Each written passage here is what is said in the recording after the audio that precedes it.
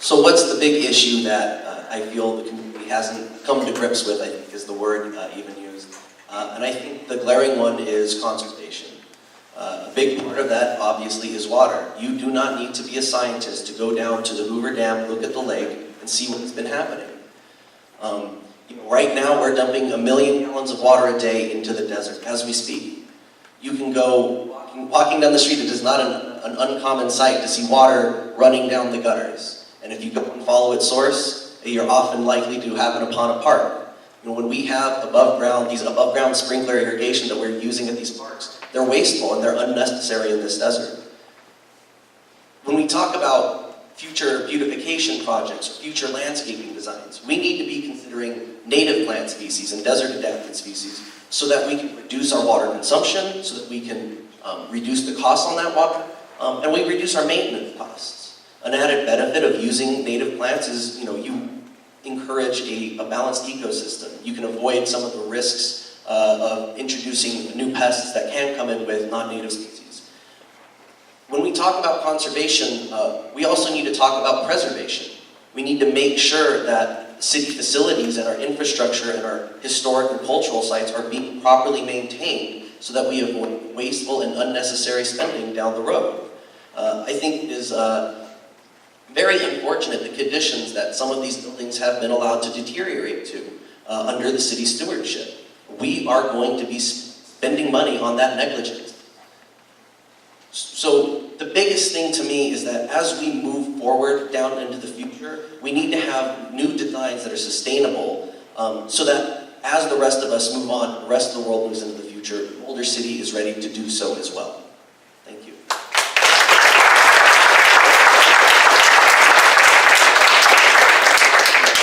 I'm going to say one word that I have no doubt will be the future big issue, and that is water.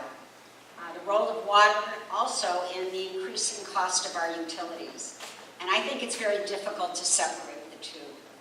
Water for our city, water rates, water pipes to the solar field, drought contingency plans, limits on growth, and the role of water in generating 50% of our energy. There are those who are climate change deniers who think this is a temporary problem, and I do not side with them at all.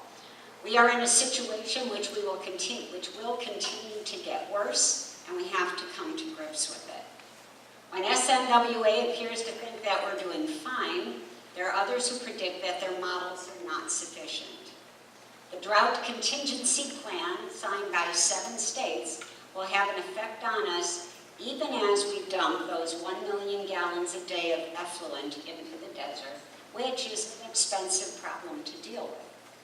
Since 2000, according to the drought contingency plan, the Colorado River Basin has experienced drought conditions that have led to decreased water supplies in Colorado River Basin reservoirs, starting out with Lake Powell. This has increased insecurity and effects on all of us, all the way down to the Gulf of California. As a result, we also have to manage our utility rates now. Today's hot topic, and deservedly so, specifically our water and our power. It's important that every single user is charged what is fair for their use and that we're not overly affecting our low-income users. It's necessary for us to be negotiating rates for our electricity and maybe need to become less dependent on hydropower. There may come a time when we won't have a choice. Our basic water charge has been boosted as a result of the cost of this raw water line that was assumed to be needed for future development. We can't afford those speculative costs. It may also be a matter of changing the rates for heavier users instead of a higher fixed cost or penalizing light users. It's understandable that there are fixed costs and consequences of earlier decisions, but the current rate structure does penalize those young light users. We have to fix this now through leadership and a new rate study, an evaluation of what other cities are doing, and incentives, serious incentives for conservation. I pay over $37 for my fixed water costs. What incentive do I have to use less? what happens when it comes a time when we won't have that choice?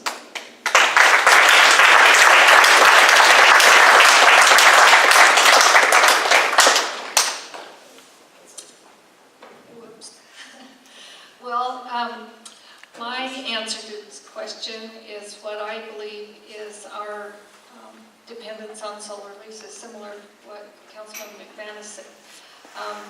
These solar leases have been a great boon to the economy of Boulder City, but they cannot be counted on as an infinite source of income to our city.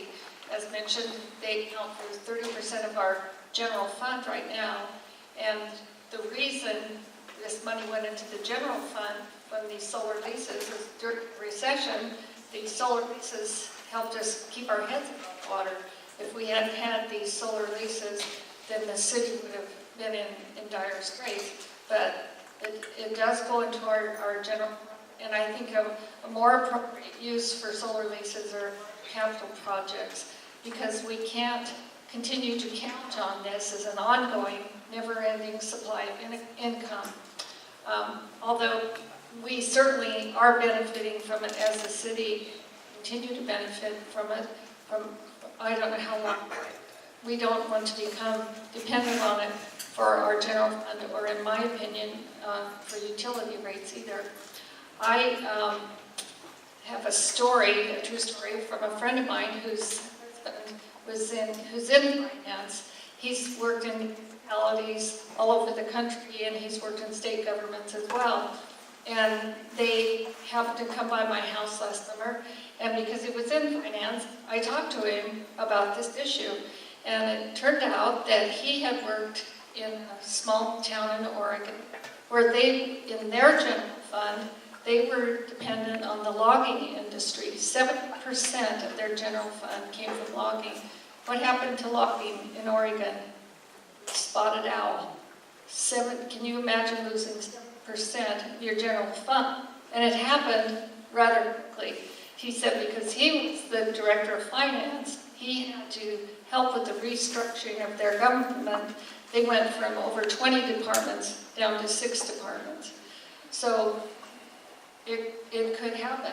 I've talked to many of our solar partners out in the El Dorado Valley, and we all know technology changes quickly. And there have been a lot of changes in solar energy just in the 10 to 12 years that we've had those. Another issue with solar energy is that it's very heavily federally subsidized, and that could change as well. So I think if a cheaper, more efficient way to provide clean energy comes along, our current solar energy could disappear. That's why I think it's very important, and have been looking at, since I've been on council, alternative ways to bring the income into our city. And I think tourism is something that we need to look at. I say because visitors come to our town, they spend money in our restaurants, motels, and hotels, and then they leave town. So we need to look at ways to diversify our income without growing our population. Thank you.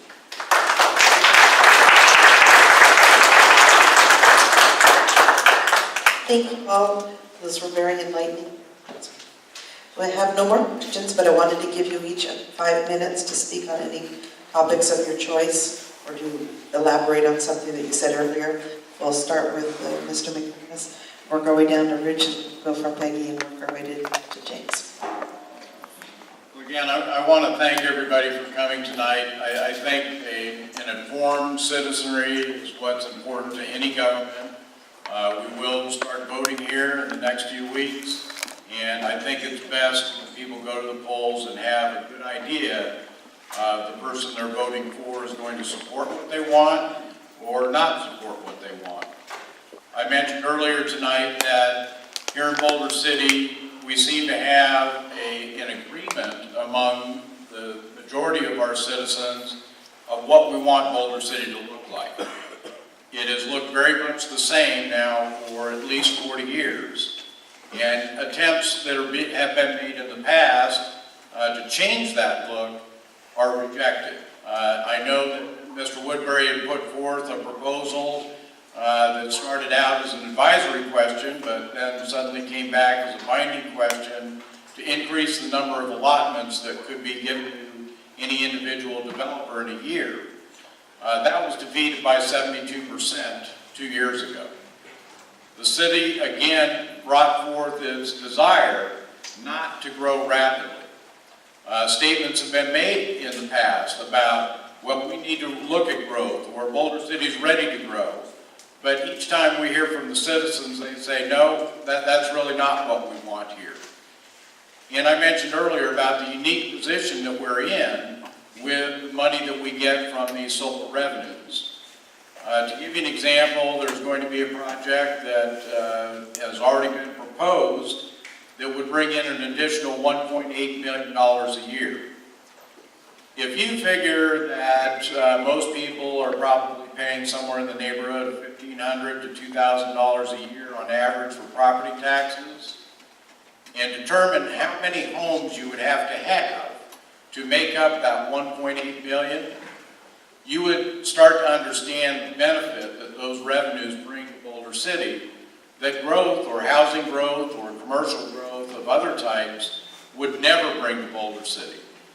If we have growth of that nature, that also means we have to add services, whether it's police, fire, wastewater, electric. All of those things have to come if you do that type of development.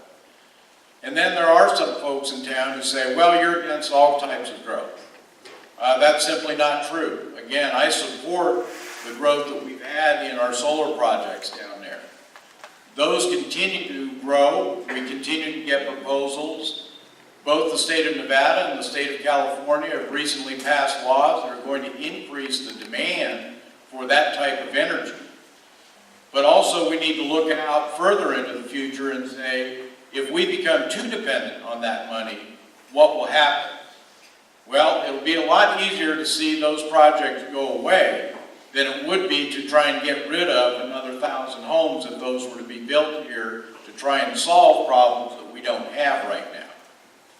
So as we look at what type of growth we want, we are all working towards getting money from the state for expansion of our Redwood Museum. That's the type of project that I think is very beneficial for Boulder City. It will bring tourists here. They will have an opportunity to enjoy our community, enjoy Lake Mead, enjoy Hoover Dam, and spend some money with our merchants here. That's the type of growth that I think is good, but it's not expansive growth. It's not going to alter our community significantly. A similar thing is our old airport property. There have been proposals for many years to utilize that property, and yet those proposals were always rejected. No, we can't do that. No, but we have to do that.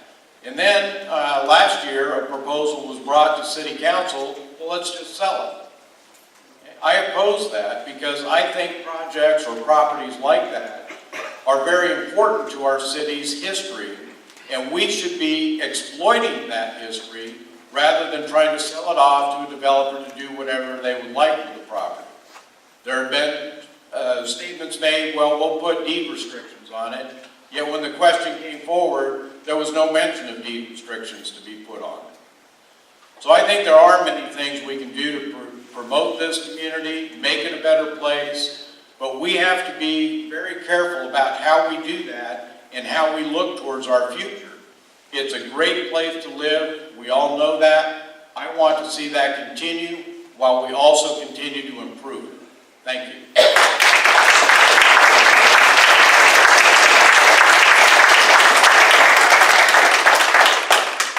Thank you. First, I want to acknowledge my wife, my bride, Leslie over there of 30 years. Today is our 30th anniversary, and I want to thank her for sacrificing her anniversary to come here. This is not the most romantic day in the world, but we'll make up for it. We have a family of 7, and I moved to Boulder City in 1978 and went through all the Boulder City schools. All of our children have gone through the Boulder City schools. My siblings have, for the most part, stuck around in Boulder City, but the few in Henderson, their children have all gone through the Boulder City schools. We care and love Boulder City. We care about it. And we want it to continue to be a thriving place that's faith and family friendly. That's why we moved here in the first place. That's why we've stayed here over the years. And that's what we're going to continue to do, hopefully under my leadership, because that's the goal. My family has a long history of public service.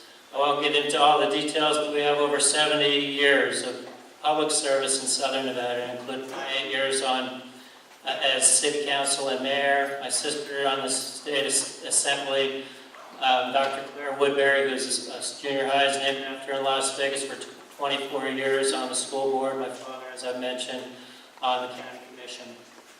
And I feel like it's one of the most important things that we do as public servants is to create an environment. We make policy and things like that, but the policy we make isn't about growing government. It's about creating an environment where families and businesses and nonprofits and volunteer organizations, of which all of you are a part, can thrive. That's our job, is to create that environment and then get out of the way. Because government can do a lot, but it can't do everything. And it's not designed to do everything. The reason why Boulder City is different from other communities around us is because we have that strong, solid base. We have strong schools with parent involvement. You meet your friends at the grocery store. Everybody volunteers and gets involved in nonprofits and volunteer organizations like Emergency Aid and the Museum and Historical Association and things like that, Lend a Hand and others. And that's what makes the community run, not the mayor sitting out here telling people what to do or any other city council member. It's creating an environment where you can thrive and where your families can thrive. We've done that on city council, and I believe we'll continue to do that. Mr. McManus talks about growth, and that's a false narrative that's been put out there about me. But I want to point out about another type of growth that I couldn't believe what my ears were hearing the other day. We were sitting in this room at an economic development workshop, and Mr. McManus said, we shouldn't focus on economic development in our retail sector, in our services sector, in our business sectors. That's not important. What's important is that we maintain, because we already have a strong government employee base. And I agree that our government employee base is important and it's strong and we should keep it that way. But to say that we shouldn't develop our economy, that we shouldn't strengthen it, that we shouldn't focus on those businesses, that is bad public policy, and I do not agree with that. So when we say the D word, development, when we're talking about especially economic development, we need to continue that. Businesses are doing well by and large, but they're adjusting based on 9/11. And the vicissitudes of life bring changes all the time. We need to create an environment where they can thrive and succeed. Historic preservation is important. It's one of our top strategic plan priorities. I and my other council members, except Mr. McManus, voted to have a historic preservation officer. I don't see how you can do historic preservation without allocating the resources to it. You need to put your money where your mouth is, and we need to do that. We need to keep our financial house in order. As I've said before, we've cut $60 million in debt since I've been on city council. When I came on city council in 2011, we were $3 million in solar lease revenues. Now we're over $10 million, as you heard, with 1.8 million more coming online. And we've increased the landfill life by over 150 years. We've strengthened our economy, we've strengthened our city, and Mr. McManus has even said multiple times, we are the envy of all Southern Nevada. He said that even in his candidate forums. We are, because we're doing good things. Thank you.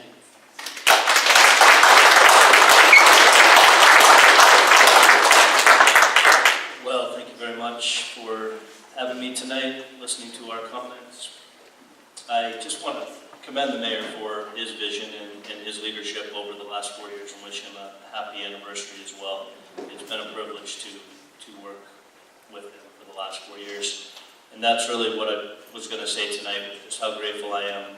This might be the last candidate forum, hopefully not, that I ever attend. So I want to take this opportunity to truly thank everybody in Boulder City for trusting me with this job. It's truly been the greatest honor of my professional life. And I won't say my life because there's other honors that take precedence over that, like my 5 kids, my wife, and my family. So this is a small window of time in our life, and I can't believe the 70 years of public service that the Woodbury family has done. Mine's 4 years so far, and hopefully another 4 years, but it's a very special window of time.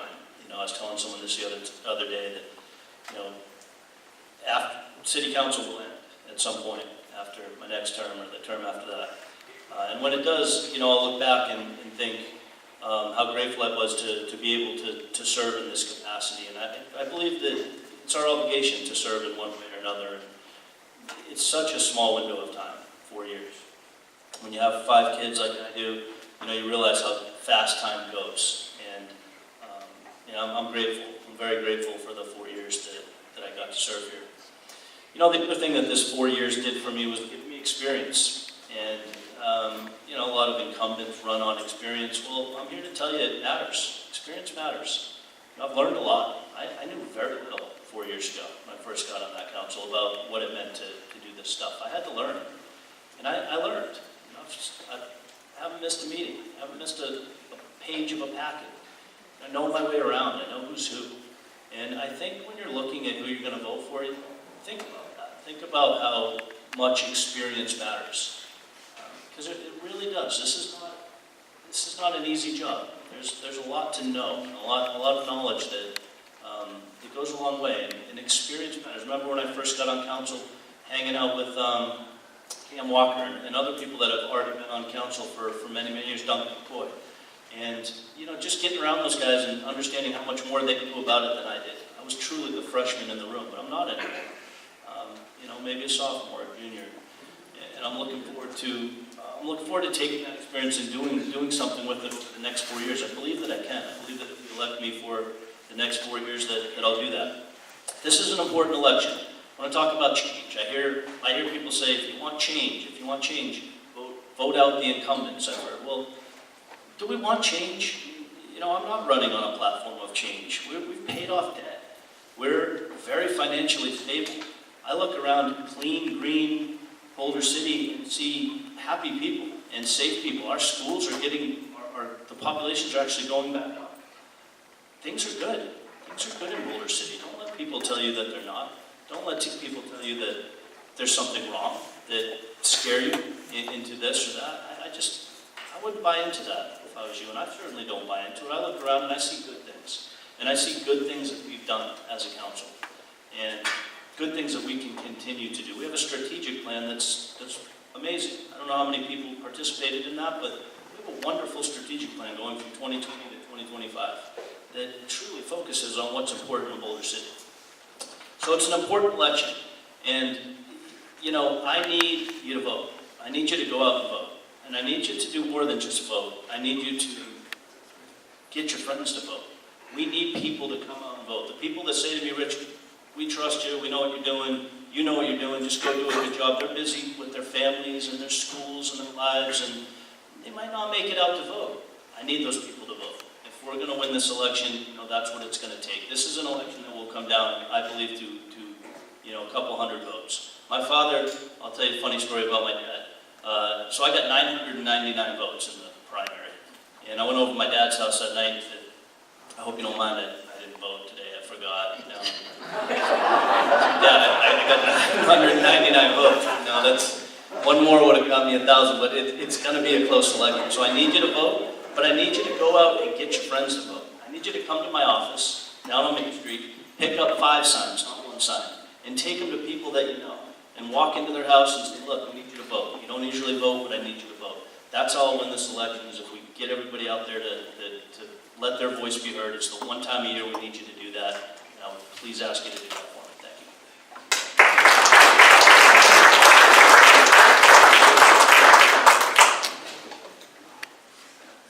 you. I'll tell another funny story about election numbers. I came in with 1,103 votes. My birthday is 11/03, November 3rd. So I thought that was pretty great.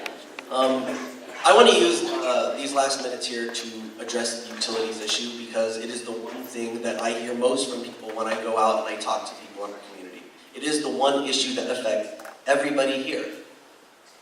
On March 24th, 2016, in a vote of 4-1, our city council voted in favor of an unjust and unfair utility rate increase.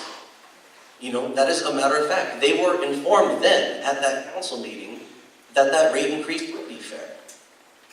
When you go and you watch and listen to public comment during that council meeting, the citizens didn't come with pitchforks or torches. They didn't beg city council not to raise the utility rates. In fact, they admitted that they understood that there were real needs that we needed to meet. And they understood that that might mean that some of our rates needed increased. But what they were asking the city council to do was to reevaluate and to reconsider the proposal that was in front of them.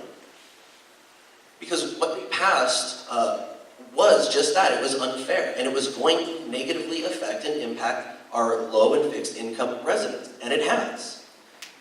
When you raise the rates on the lowest utility users, as you do the highest utility users, you implement a regressive utility rate. That is a matter of fact. It is the biggest and largest users who use the utilities that put the most demand and the most stress on our infrastructure. They are the ones who should be shouldering the costs and the burdens of that, not the most vulnerable among us. When you're paying $80 for service charges before even a single drop of water or a watt of energy is used up, you eliminate the ability to conserve, and you most affect those who have to live paycheck to paycheck. And I know what that's like. You know, one unexpected cost can put you in a hole that can become very difficult to get out of. And that is that is what has happened with the utility rates. So what do we need to do to fix this issue? Well, the first thing we need to do is we should eliminate any future rate increases before the next rate study is done. The next most important thing we do is that we get the Utilities Advisory Committee up and running. I am glad that the City Council voted in approval of it, because the first time that it came up on the agenda, 3 of the incumbents voted against that. We need to make sure that they are up and running and that Utilities Advisory Committee is there from the very beginning of the RFP process of this new utility rate study to the very end when it gets handed over to City Council. Because if we fail to do that, people will decry that there was a lack of transparency in the process. If it comes back and it says, we do need to pay up more, people are not going to trust that unless we had those open meetings that people could attend and could hear the discussion from qualified people with the knowledge and expertise and experience who can then advise council on how best to accomplish this. You know, ultimately, it is up to City Council to make sure that we are applying these rates fairly. You'll hear, if you watch those videos, you'll hear it commonly said, you can't make everybody happy. When you raise rates, you can't make everybody happy.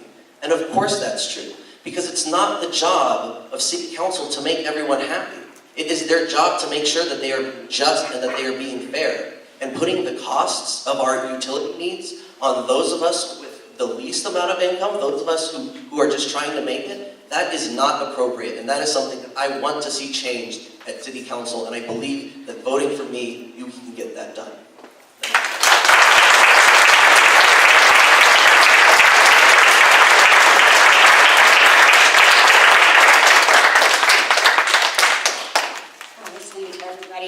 I've been making notes and I can't decide what part of the paper I'm going to start on. Okay, A, B, C, D, and go back to A again. Okay, first of all, someone asked me recently what my vision for Boulder City was, and I said it's exactly the same as it was when I thought about moving to Boulder City 7 years ago. We left Northern California. I was ready to retire. My husband was going to retire in 5 years. So we came to Boulder City to look around on a Wednesday, and on Friday we were at the credit union signing a mortgage on a house. Then we had to go back to Northern California and sell that house and come back and buy another house, but that's a long story.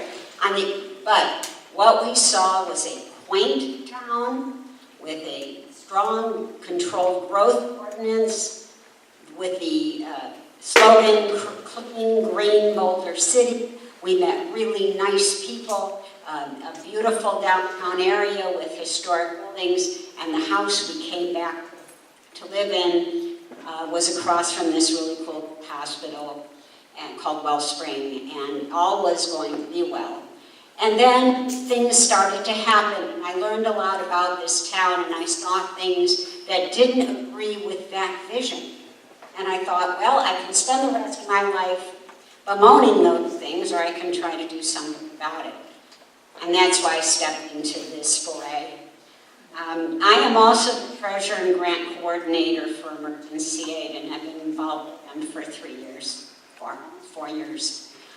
It's a wonderful organization, and what I've had the opportunity to see is the best of human beings and the hardest hit of human beings.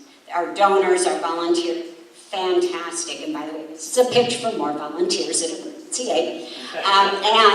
I've also seen people come in, and I see them when they're hit by those utility rate increases. When, because they have to replace a tire on a car that they need to go to work, they can't pay their utility bill. And it's not fair that they should pay over $76 a month before they turn the lights on or before they run the water. So I'm going to move on from that to a concept. I used to be a marketing professor after 10 years. And I used to teach marketing sustainability. And we talked about the 3 E's. We talked about environment, sustainability, economic sustainability, and equity, meaning human beings. And I thought, this all really goes back to those 3 E's. It's about taking care of water resources, our utilities, our desert, our valuable tortoise habitat. We have to make sure that we're conscious of all of that and the effect that our decisions have on those things. In terms of economic sustainability, as people have talked about, we have to make sure that we're not overly dependent on income that we may not see in the future, and that we have to be cautious about our spending and be careful about our budget. And by the way, I have an MBA in finance too. Another plug. Third is equity, and that's our human beings. That's the sense of community. I would love to see nothing more than a wonderful sense of community that I perceived in the town I was moving to. Of people who agree, of people who may have differences in certain philosophies and beliefs, but aren't radically against what the other people have to say.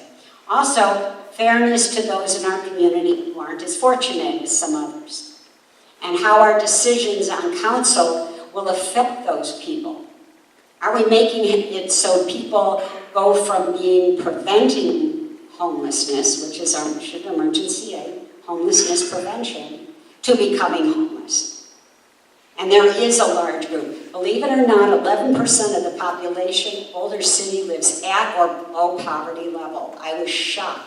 I get those numbers when I fill out my grant reports. So again, it's really important that we